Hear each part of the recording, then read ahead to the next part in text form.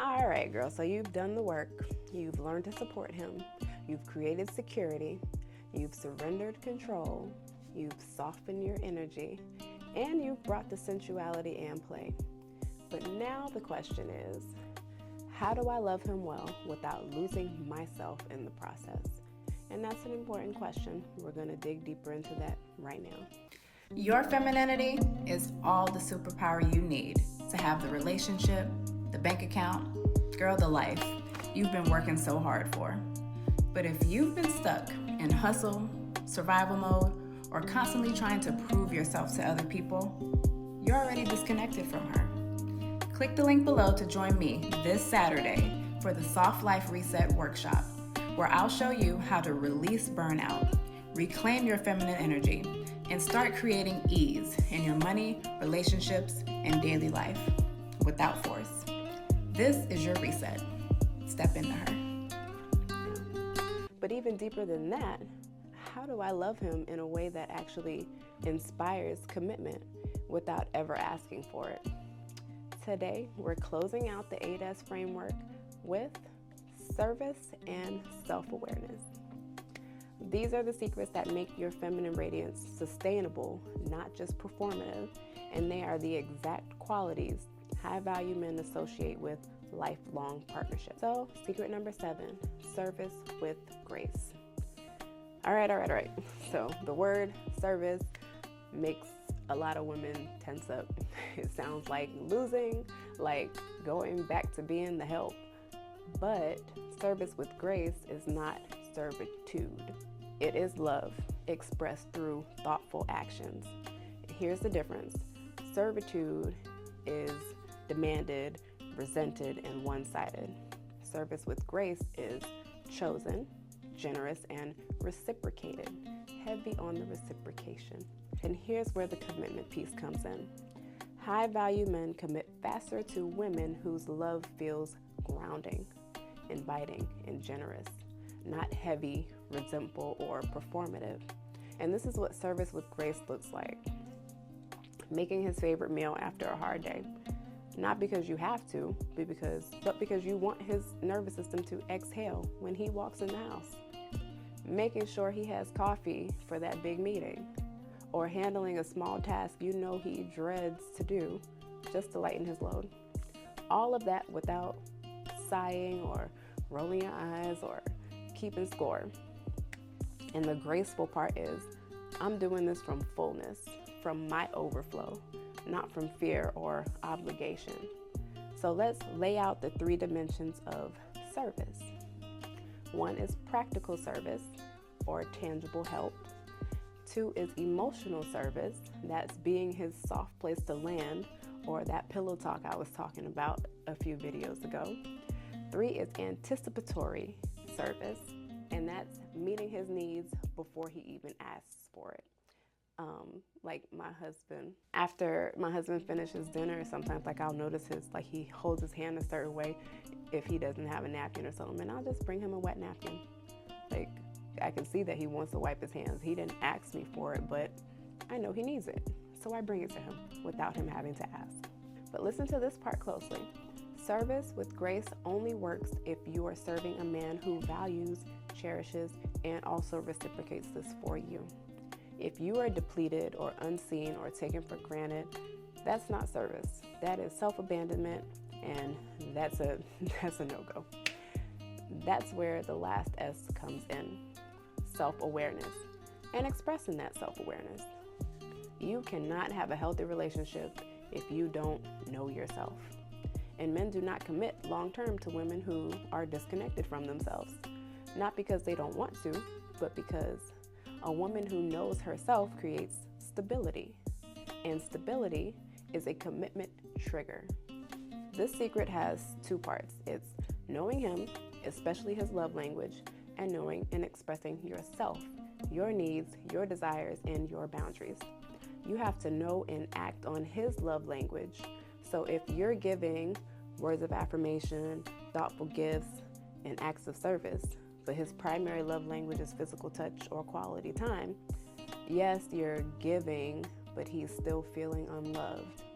And now you're both frustrated, right? Self-awareness says, I want to love you in the way you actually feel loved. That's the whole reason people love my book Naked, because it opens up these conversations in a safe and sometimes playful way. That link is in the description. Your self-awareness also says, I know what I need, and I'm willing to say it clearly, not through giving him the silent treatment or testing him or by punishing him, but through clear, vulnerable communication. You can write this out if you need to practice. I feel blank emotion when blank situation, and I need blank. Quick example, I feel disconnected when we go days without real conversation. I'd love for us to have one distraction-free dinner this week. That's self-awareness and expression. And this is what high-value men interpret as emotional maturity. And emotional maturity is the doorway to commitment. Just last week, I asked my husband to come into the bedroom. Oh, and he's all right, quick pause in the video, y'all, because I'm up here recording the video, and he's like, where are you? I said, I'm up in the movie theater. And I said, where are you? He said, thinking of you. So, like, y'all, this isn't theory. Like, this is what it is. So I was saying, just last week, I asked my husband to come into the bedroom because I needed a hug.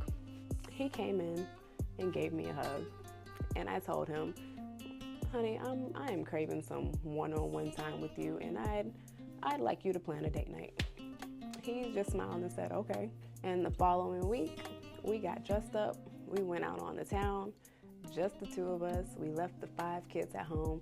The point here is that I didn't have to shut down or expect him to read my mind or try to make him guess what I was thinking. I clearly expressed a need, and he quickly tended to it. So if you're realizing that you don't fully know your own patterns or your triggers or your needs, and you want a deeper reset, that's exactly why I created the Audacity Audit. Because do you have the audacity to live the life that you deserve? This audit assesses your current patterns and is your life blueprint. And it helps you to realign with who you actually are and then who you're becoming next. And if you're ready for a deeper dive into your identity and your relationship overhaul, that link is in the description. So here is your challenge for this week. This week, I need you to do 3 acts of service with grace, 1 practical, 1 emotional, and 1 anticipatory. Do them quietly without announcing or keeping the score. 2, identify his love language if you don't know what it is already, and observe how he gives love and what he complains about, and talk about it together. 3 is express 1 unmet need that you have clearly.